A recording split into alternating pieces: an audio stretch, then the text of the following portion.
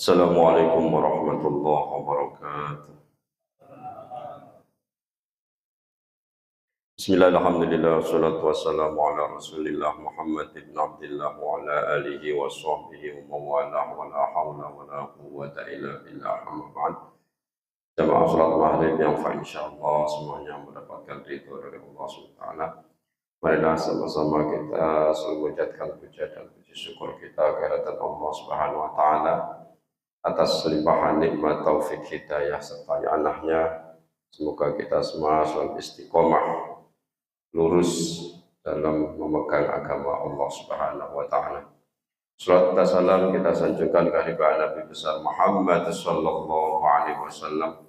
Semoga kita menjadi umat beliau yang insyaallah mendapatkan syafaatnya besok di yaumil qiyamah. Amin ya rabbal alamin. Seperti biasa kita sebelum mulai kita mengaji kitab Nasyaikhul Ibad, kita sama-sama mengirimkan Fatihah untuk guru-guru kita.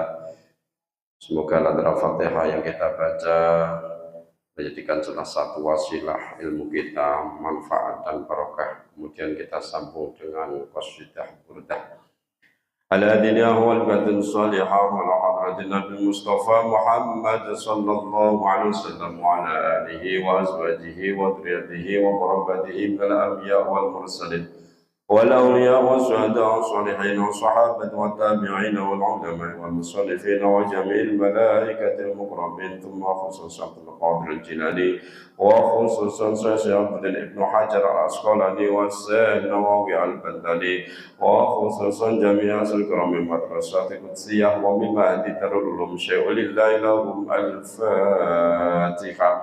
أعوذ بالله من الشيطان الرجيم بسم الله الرحمن الرحيم الحمد لله رب العالمين الرحمن الرحيم مالك يوم الدين إياك نعبد وإياك نستعين اهدنا الصراط المستقيم صراط الذين أنعمت عليهم غير المغضوب عليهم ولا الضالين آمين. اللهم صل وسلم وبارك عليه وعلى آله.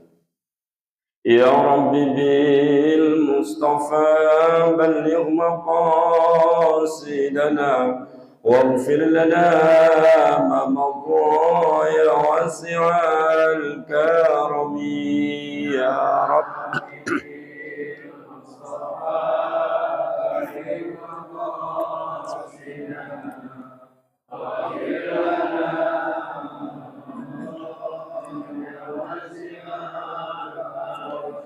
أمن تذكر جيران بذي سلم مزجت دمعا جرى من مقلة بدمي يا رب.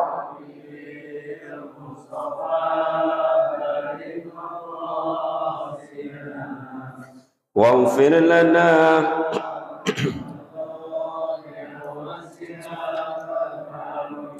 محمد سيد الكونين وثقلين والفريقين من عرب ومن عجم يا رب.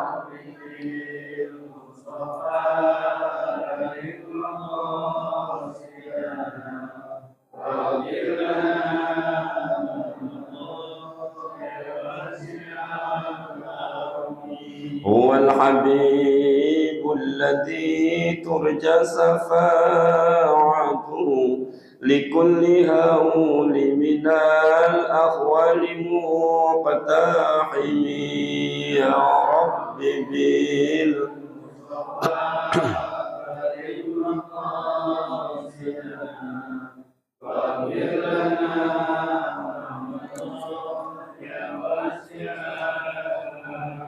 مولاي صل وسلم دائما أبدا على الحبيب كخير خلق كلهم يا رب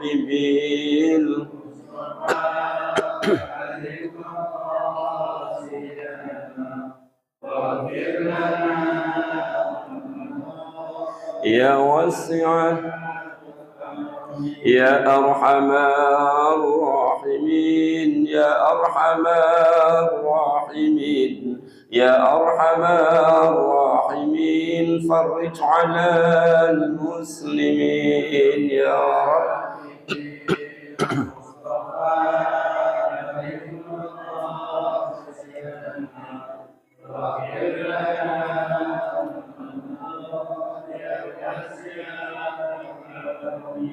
اللهم صل وسلم وبارك عليه وعلى آله. قال المصنف رحمه الله تعالى ونفعنا به وبعلومه في دارين آمين يا رب العالمين. والعاشر إيمان دائم معه عقل ثابت إلى آخره. Yang ke-10 dari 10 perkara yang insyaallah menyelamatkan kita dan mendapatkan pertolongan dari Allah Subhanahu wa taala, yaitu imanun daimun, iman yang istiqomah, iman yang continuous, enggak putus-putus di dalam hati kita. Ma'ahu aqlun sabitun, besertanya disertai dengan akal yang tetap, akal yang kokoh. Fal aklu yambu'ul adab, akal itu sumbernya adab. Adab apa? Toto kromo, sopan santun. Makanya di kitab ini juga di bab yang keberapa itu, apa sih yang dinamakan akal itu? Jauharun ruhaniyun khalaqallahu ta'ala fi muta'alliqun fi jismi Adam, fi jismi bani Adam, yu'arrifu bihi haq wal batil. Akal itu permata ruhaniyah yang Allah ciptakan muta'alliqun bi jasadi bani Adam, yang berada dalam jasadnya anak Adam, di jasadnya manusia, yaitu permata yang berada dalam jasadnya manusia yang yu'rifu bihi al-haq wal batil. Dengan adanya akal itu bisa membedakan mana perkara hak dan mana yang batil. Makanya adanya akal itu luar biasa. Kemarin waktu khutbah yang minggu yang lalu kita terangkan bahwa akal itu luar biasa. Manusia itu beda dengan hewan itu sebab adanya akal. Beda dengan malaikat karena manusia punya nafsu. Kalau manusia bisa mengendalikan akal dan menahan hawa nafsu, menyetir, mengendalikan hawa nafsu, maka manusia itu bisa jadi lebih mulia daripada malaikat. Yang ke-10 itu adanya iman yang tetap. Moga-moga kita sampai ajal menjemput menghadap Allah, kita ditetapkan iman Islam kita. Amin ya rabbal alamin. Sehingga mati kita mati yang husnul khotimah, bisa mengucapkan kalimat la ilaha illallah Muhammadur Rasulullah. Jadi kalau meninggal itu paling aman kalau bisa mengucapkan kalimat tauhid, walaupun enggak lengkap, enggak mampu. Umpama orang mengucapkan la ilaha illallah kepanjangan Allah itu sudah cukup. Walaupun ada yang mengatakan hadisnya enggak begitu. Orang meninggal itu sudah susah orang meninggal itu bisa ingat nama yang menciptakan itu sudah luar biasa. Kalau ya benar pas bisa menyebut kalimat la ilaha illallah semuanya lengkap ya alhamdulillah, tapi paling tidak minimal bisa mengucapkan kalimat pencipta kita, yaitu Allah. Coba, siapa yang disebut Bilal bin Rabah ketika disiksa Umayyah, ditindih batu perutnya pada dadanya di tengah padang pasir, enggak nyebut la ilaha illallah, enggak, ahad, ahad, ahad. Itu kan yang disebut Allah juga. Allah Maha Esa, Esa, Esa. Udah cukup, seandainya wafat waktu itu pasti husnul khotimah. Jadi ada orang yang membetah-betahan, nggak boleh nyebut Allah, harus lengkap lah. Kalau talqin itu jangan terlalu ekstrim. Bisa mengucapkan la ilaha illallah luar biasa, tapi bisa mengucapkan lafal Allah itu juga luar biasa. Gitu. Makanya ibu-ibu kalau latah yang nyebut yang bagus Allah gitu. Karena takutnya kalau pas diceblek orang nyawa melayang, yang disebut lain kan bahaya. Nah, kalau penceplok tiba-tiba malaikat Israel datang, Allah pas. Itu. Qala ba'dul bulagha, telah berkata siapa sebagian ahli sastra balaghah, khairul mawahibi, sebagus-bagusnya pemberian itu al-aqlu, akal. Sebaik-baiknya pemberian yaitu orang yang dikasih akal normal.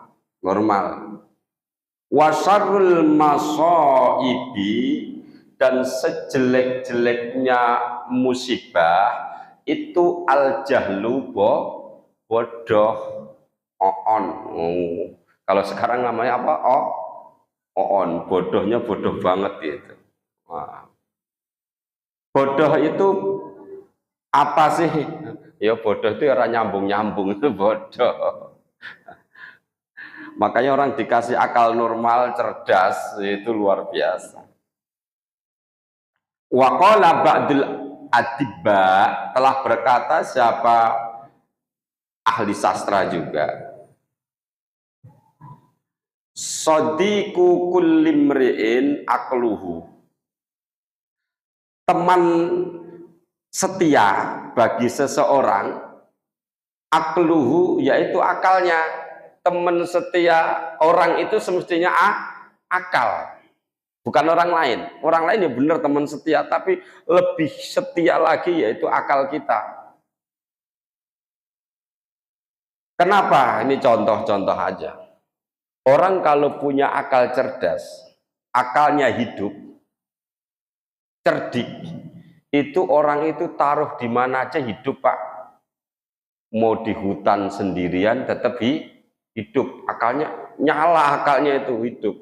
Nggak ada yang dimakani apa nih, mesti nyari-nyari supaya bisa nyambung nyawa. Itu namanya akalnya hidup. Mungkin bisa nggak ada korek, batu-batu digesek-gesekin bisa jadi api. Itu namanya akalnya hidup. Kadang aku kalau lihat tuh orang primitif itu kayu digini-giniin tuh, diadu sama apa itu ya? Kayu juga ya. Di YouTube tuh saya lihat bisa nyala, bisa buat nyalain masak apa yang ada di hutan. Ketemu daging ya daging, ketemu tikus ya tikus. Kalau nggak ada makanan, kalau masih ada yang dapat dimakan yang halal ya halal. Mau orang tersesat di hutan, nggak ketemu apa-apa, buah-buahan nggak ada gitu, ketemunya ular ya yang ada aja dimasak dipakai, itu akalnya hidup. Boleh nggak? Ya kedarurat kembali lagi. Wa'aduhu, sedangkan musuhnya seseorang ya jahluhu, kebodohannya. Memang kalau orang bisaan tuh termasuk ini ngirit biaya juga Pak, orang isonan itu. Oke, akal itu ngirit. Contohnya, contoh nih, kita punya motor. Kalau nggak ngerti ngotak-atik nih Pak, dikit-dikit bengkel, dikit-dikit bengkel. Habis duitnya, rusak dikit nggak bisa benerin ke bengkel. Tapi kalau orang punya akal, cerdas, pinter ngotak-atik ya udah untuk otak-atik sendiri. Kadang saking pinternya yang ganti ban aja ganti sendiri. Itu kan ngirit lumayan. Dan sekarang ganti ban itu masangin doang kalau nggak salah sekarang kalau nggak 10.000 15.000 ya. Berapa? 20.000. Ya ojol nambal ban nambal sendiri. Kita nambal ke tukang tambal itu sekarang berapa? 20.000 ya? 20.000 kan jauh. Makanya musuhnya seseorang, musuhnya pribadi itu ya kebodohannya, nggak isonan. Ini yang nggak isonan, neng Allah kasih ganti rezekinya gampang ya rapopo. Ke bengkel ada duit.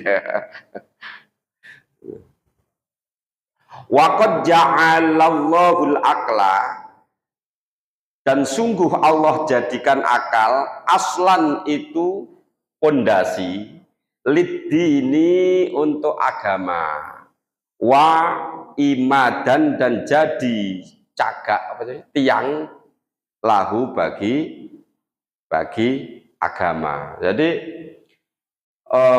akal itu dijadikan Allah memang untuk pondasi.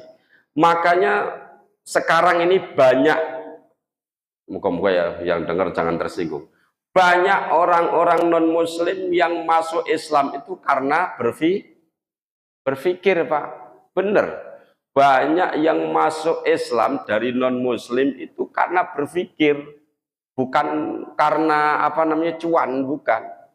Tapi banyak orang muslim yang keluar dari agama Islam itu karena cuan, karena duit, karena ekonomi, pengobatan gratis, sembako lancar, ya akhirnya pindah agama. Tapi kalau non muslim kebalik, karena otaknya setelah masuk Islam sama keluarganya dibenci, ekonominya diputus, kadang diancam tidak mendapat warisan, banyak sekali akal. Makanya pondasinya apa? Akal.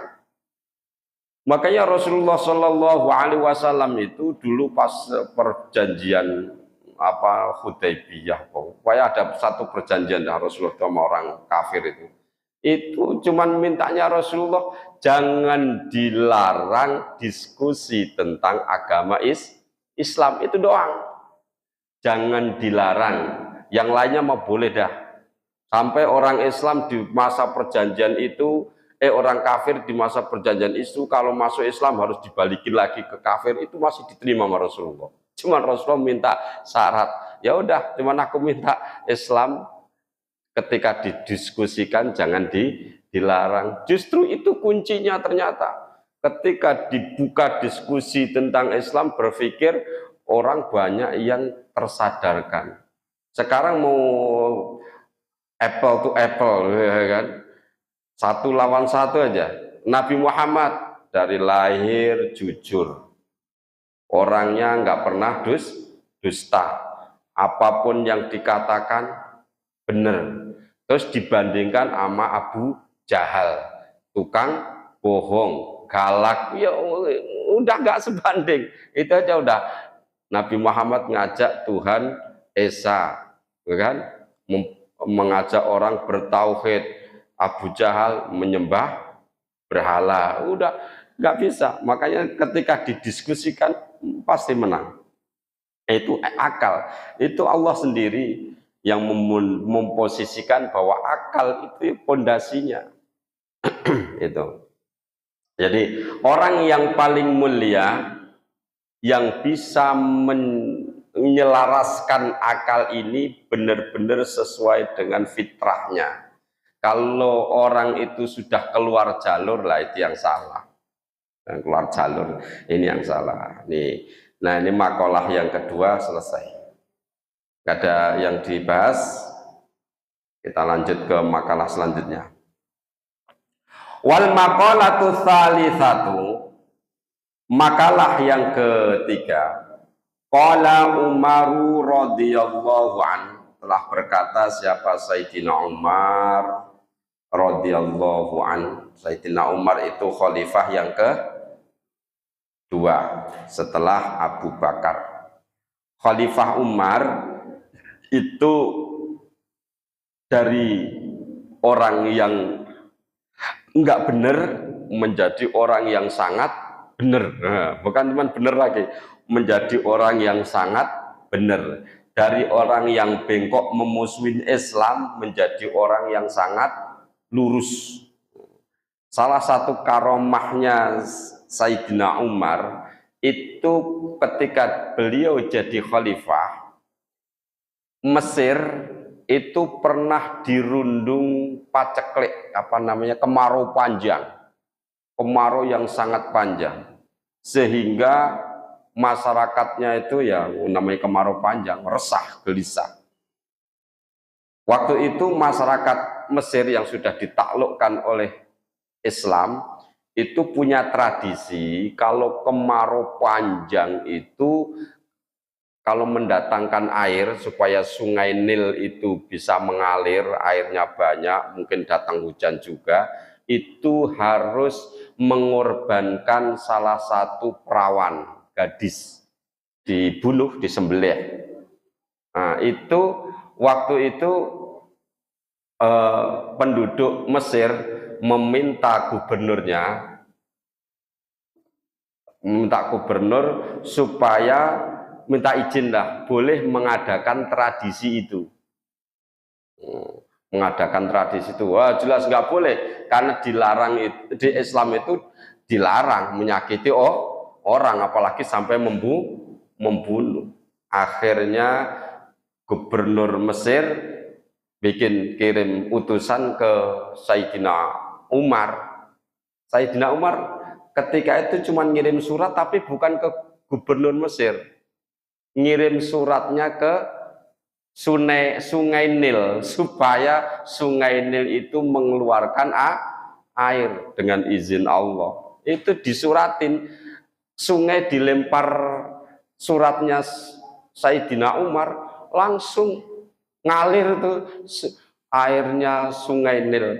Itu salah satu mukjizat, salah satu karomah Sayyidina Umar. Jadi kalau ngomong wali-wali, para sahabat itu banyak yang wali, kekasih-kekasih Allah.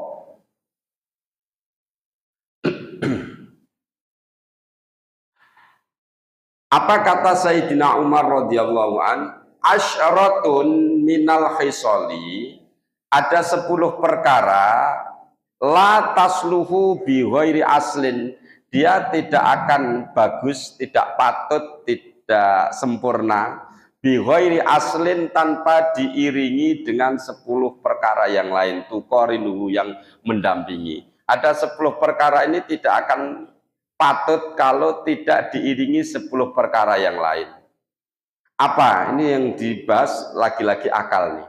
La yasluhul aklu, tidak patut apa al-aklu akal, bi ghairi waro'in, tanpa diiringi dengan warok.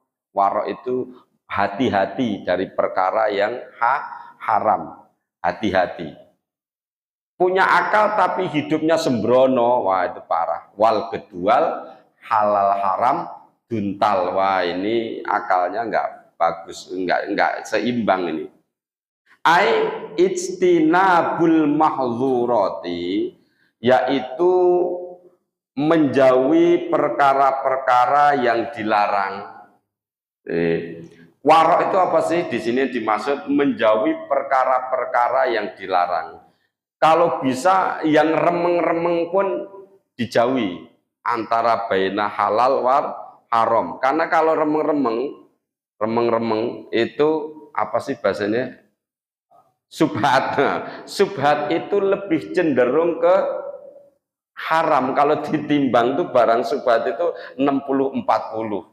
60-nya mendekati ke mahdzurat, 40-nya boleh.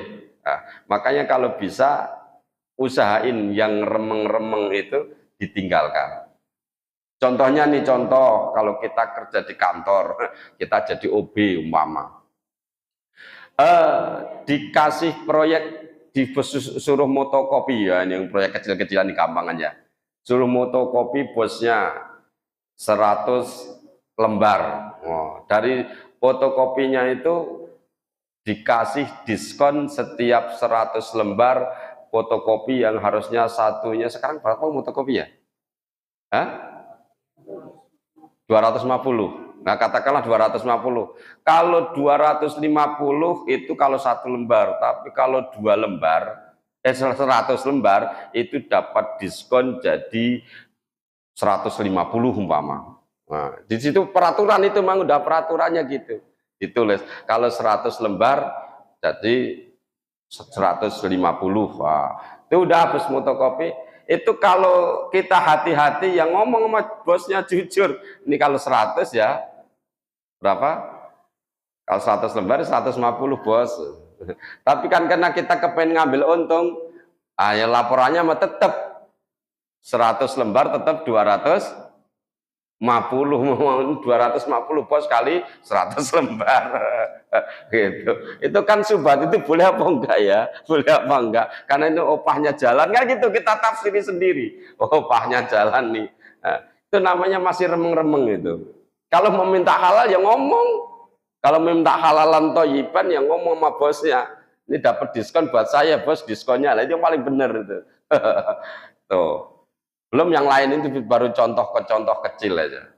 Contoh yang kedua tadi saya sering terangkan, nemu sesuatu di jalan, nemu buah, nemu duit, nah, itu juga subhat itu. Belum bisa dikatakan haram murni, juga belum bisa dikatakan halal murni. Karena kita ada orang yang sedekah, kepengen sedekah itu dijatuhin duitnya, biarlah siapa aja yang nemu, bisa jadi. Nah itu kalau kita nemu gitu itu makanya masih subhat, masih remeng-remeng. Terus kalau paling bagus gimana? Ya kalau saya kebetulan kalau nemu barang nggak cocok, mesti kalau saya nemu duit itu nggak lama hilang. Makanya kalau ada duit di jalanan saya nggak ambil dah, bodo amat. Mau 10.000, mau 20.000. Gimana kalau 1 juta lah, itu yang bingung. 100.000 aja udah mulai bingung tuh. Nemu duit segepok, bisa jadi bisa. Saya pernah dulu saya ceritain, saya dulu di Kudus itu ada festival, aku lupa festival apa itu. Saya nemu duit, dompet Pak, itu isinya duit semua tuh, tebel banget. Saya nggak ambil, saya ambil, terus saya kasihkan polisi itu. Nah, teman saya pas pulang ke pesantren kan pulang habis revisan sepulang ke pesantren. Saya cerita sama teman digoblok-goblokin tuh. Oh, kayak goblok banget nih. Itu duit nggak bakal dibalikin sama polisi. Saya pikir sampai iya nyesel juga ya. Harusnya kan dilihat dulu KTP-nya, mungkin ada KTP-nya ya kan, bisa balikin. Waktu langsung saya serahin ke polisi itu. Nah, itu termasuk subhat hal-hal. Belum makanan-makanan yang masih dalam perdebatan kesubhatannya. Nah, itu masih ada. Itu kalau orang yang wirai benar-benar itu nggak mau. Yang masih bau-bau subhat itu nggak mau. Qala Amir ibni Qais. Idza aqalaka akluka,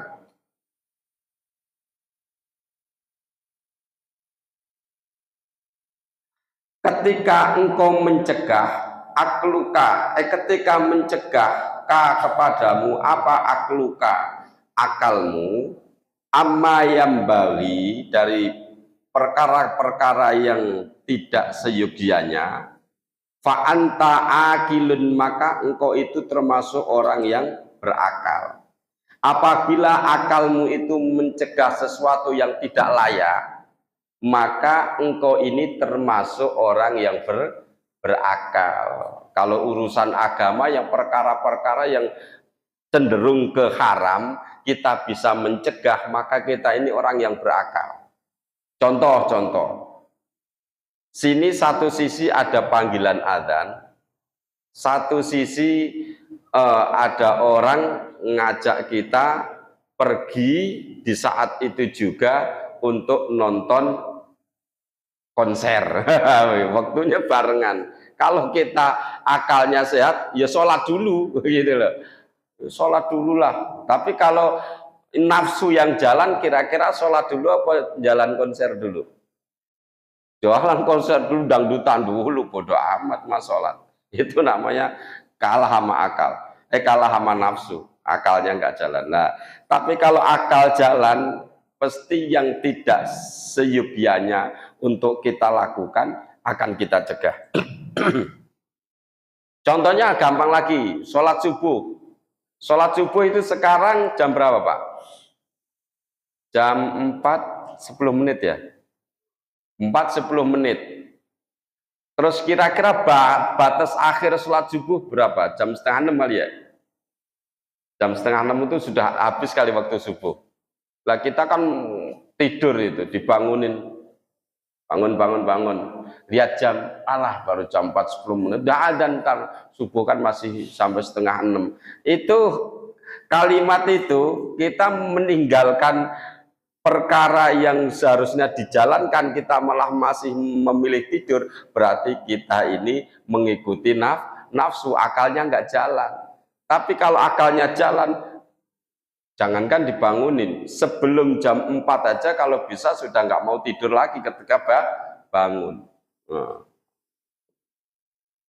Waruya anin Nabi sallallahu alaihi wasallam annahu qol al aqlu nurun fil qalbi. Akal itu cahaya di dalam hati. Yufarriqu bainal haq wal batil.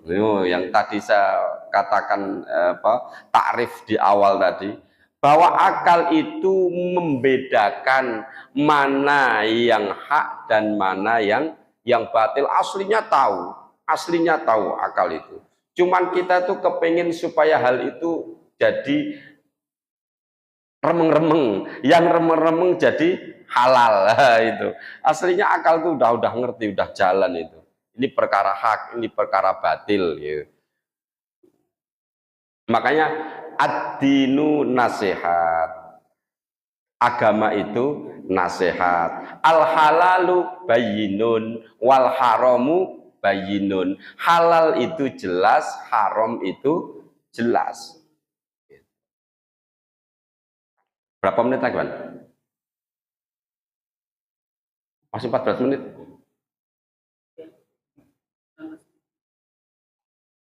Walal amalu, yang kedua, walal amalu, dan tidak patut, tidak bagus apa al amalu amal bi ghairi ilmin, tanpa didasari dengan ilmu.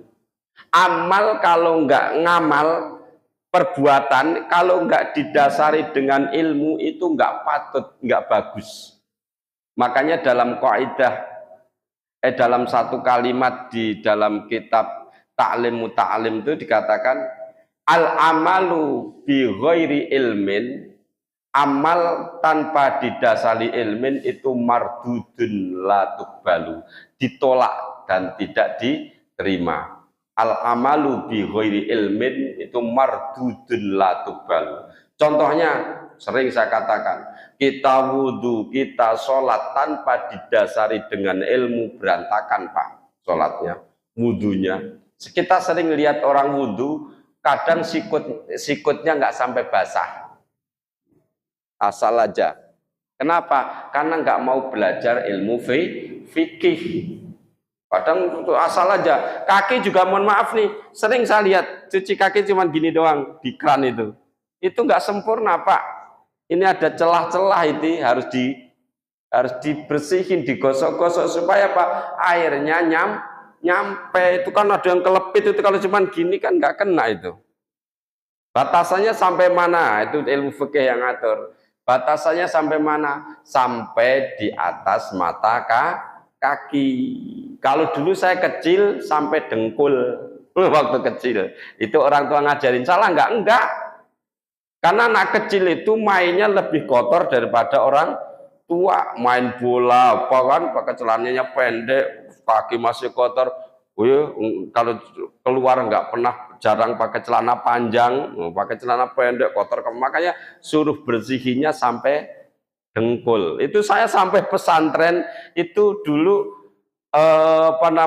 doktrin fikih saya tetap ajaran orang tua kalau cuci kaki itu sampai dengkul. Nah, tapi setelah ngaji fikih, oh ternyata batasannya sampai mata kaki, di atasnya dikit lah. Nah, kenapa orang tua ngajarin gitu? Bener, karena najisnya anak kecil waktu itu lebih banyak daripada orang tua kotor kakinya. Ruwiya annahu sallallahu alaihi wasallam afdalul a'mali al ilmu billah, seutama-utamanya ilmu amal itu mengetahui tentang Allah, belajar atau ilmu tentang Allah. Jadi ilmu tauhid itu paling utama, itu sebagai pondasi. Kita kenal dulu siapa Allah, tapi jangan kita meneliti tentang zatnya Allah. Yang nggak boleh itu meneliti tentang zatnya Allah, tapi kalau mempelajari tentang tauhid harus wajib. Kalau zatnya Allah itu diteliti-teliti dulu, kita yang menciptakan, yang melahirkan bapak ibu kita terus ditelusuri, terus Allah yang melahirkan siapa ya, itu yang nggak boleh, itu mentok, zatnya Allah nggak boleh. Makanya tafakkaru fil khalqi wala tafakkaru fil khaliq. Berpikirlah kalian tentang makhluknya Allah, tapi kalian jangan berpikir tentang zatnya Allah, nggak boleh. Kenapa?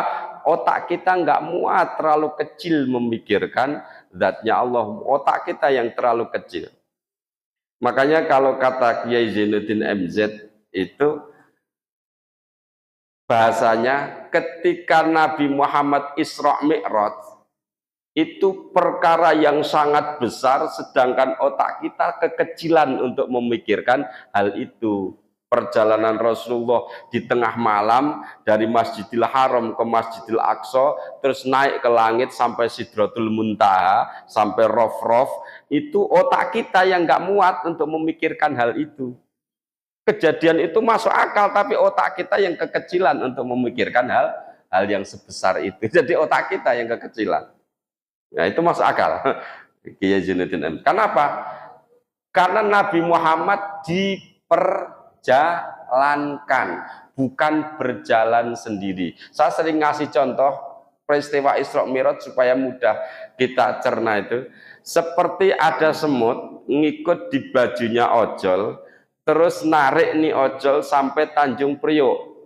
Ternyata perjalanan kapling sampai Tanjung Priok cuma memakan waktu kurang lebih 50 menit. Ketemulah semut kapling sama ketemu semut yang ada di Tanjung Priok. Loh, kamu asalnya dari mana? Dari kapling. Kapling itu mana? Pondok Cabe Uduk. Waduh, jauh banget. Itu kata semut yang ada di Tanjung Priok. Berapa hari kamu ke sini? Berapa bulan? Cuman 50 menit. Bohong, enggak mungkin. Mesti gitu di semut yang ada di Tanjung Priok. Wah, yakin ini kamu bohong banget. Mana ada perjalanan kamu tikutik. Cuman 50 menit sampai Tanjung Priok. Enggak akan mungkin, enggak masuk akal. Lemong saya ngikut bajunya ojol. Oh, dia naik motor kenceng. Itu Nabi Muhammad. Kalau secara manusiawinya, walaupun naik kuda bumi ya, biasa, secepat-cepatnya kalau sampai Masjidil Aqsa itu tidak akan mungkin memakan waktu seminggu. Secepat-cepatnya itu nggak mungkin. Paling tidak bisa sebulan. Nah, ini kok cuman semalam aja nggak ada. Itu kalau secara akal nggak mungkin. Tapi Nabi Muhammad diperjalankan. Subhanalladzi asro, bukan saro. Asro yaitu diperjalankan di waktu malam. Jadi makanya semut Tanjung Priok kalau dikasih tahu gitu, oh iya. Kalau enggak, wow, semutnya bingung. Itu contoh yang gampang dicerna ada. Sama kita kalau lihat itu laler ya, laler apa burung lah. Ada burung masuk ke bis jurusan Jawa lah. Itu kalau di dalam di dalam bis, apa lalernya di dalam bis aman, dia terbang aman kan. Tapi coba dia keluar dikit dari bis ke jendela, bung, hilang.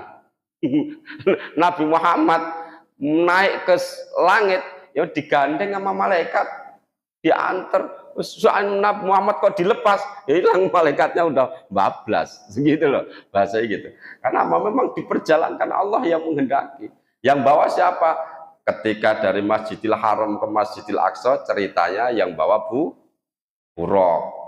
Dari Masjidil Aqsa naik ke Sidratul Muntaha, digandeng sama malaikat. Itu. Jadi udah ada yang petugasnya masing-masing. Jangan kita memikirkan, wah itu enggak masuk akal tuh, ngimpi kali ya. Kita yang salah.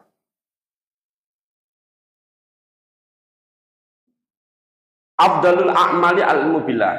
Innal ilma yang fa'uka ma'ahu qalilul amali wa kathiruhu. Sesungguhnya ilmu itu bermanfaat untukmu, ma'ahu qalilul amali wa kathiruhu, sedikit amal maupun banyaknya akal ilmu itu sangat bermanfaat. Ilmu itu dari mana? Dari akal yang normal, yang cerdas, bukan oon, bukan idiot, mohon maaf. Kalau ada akal yang diterang-terangin nggak nyampe atau otaknya nggak, ya itu kurang, itu maklum. Tapi kalau akal yang normal seperti kita harus bersyukur, diterangin masuk, dikasih pemahaman masuk, itu alhamdulillah. Walaupun mungkin masuknya antara satu orang dengan yang lain itu beda. Ada ini yang dikasih paham langsung. Ada yang dikasih keterangan harus berkali-kali diulangin. Oh, baru paham ya. Saya kadang nonton itu YouTube yang pendek, itu apa namanya itu? Ya Fusot ya. Itu kadang nonton sekali belum paham, kenapa sih ketawa gitu. Kenapa sih ketawa gitu. Saya ulang-ulang, oh baru paham kadang. Wa innal jahla, dan sesungguhnya bodoh, la yang fa'uka, tidak akan bermanfaat, tidak bermanfaat untukmu, ma'ahu sertanya bodoh, qalilul amali, sedikitnya amal, wala katiruhu, dan banyaknya amal. Kebodohan itu tidak memberi kemanfaatan kepadamu, sedikit amal maupun banyaknya amal. Nah, tadi saya bilang, kalau kita nggak ngerti, maka sholat kita pun bisa mardudun, amal kita yang lain pun bisa mardudun. Sholat nggak ngerti syarat rukunnya sholat nggak wudhu, sholat tiba-tiba, mohon maaf nih, orang pergi ke masjid, wudhu sih wudhu, tapi tadi kencingnya nggak cebok, kira-kira sholatnya sah nggak? Enggak. Kenapa? Karena nggak ngerti, ilmunya nggak nyampe. Makanya belajar fikih itu hukumnya wajib. Belajar fikih itu hukumnya wajib supaya ngerti kita tata caranya ibadah kepada Allah Subhanahu wa taala. Makanya kalau orang mau haji, paling tidak umroh lah, itu mesti diajarin dulu tuh manasiknya. Supaya apa? Tahu. Lah kalau kita nggak belajar dulu, mohon maaf nih, di sana ya padang apa ya, wiridan apa ya, gitu. Nggak, paling tidak kalau sudah diajari, apalagi dibimbing dengan benar, ngerti. Oh, pas ngelempar jumroh bacanya ini, pas muterin Ka'bah bacanya ini, paling tidak gitu. Itu yang sunah-sunah ya. Apalagi haji, wah itu makanya harus wajib itu ikut manasik itu wajib. Terus bagaimana hukumnya belajar ilmu tentang haji, tentang umroh, tentang tawaf, tentang lingkup tentang haji lah. Itu kalau untuk orang yang sudah mampu untuk berhaji, hukumnya wajib. Apalagi udah daftar haji ini, itu sudah wajib belajar untuk tentang ilmu yang bersangkutan dengan manasik. Tapi kalau orang biasa yang memang nggak ada, ya nggak ada untuk kesononya atau masih jauh lah, itu fardu kifayah. Untuk ini fardu kifayah. Ada yang mengatakan itu sunnah, biasa aja, nggak wajib lah intinya, nggak wajib gitu. Kayak kita ini belum daftar haji, belum wajib kan? belum wajib untuk belajar tentang meringkupnya haji. Tapi kalau sholat sangat-sangat wajib, karena kita itu fardu ain, mau di Mekah, mau di Indonesia, mau di Papua, kita tetap sholat selagi kita masih hidup, makanya wajib.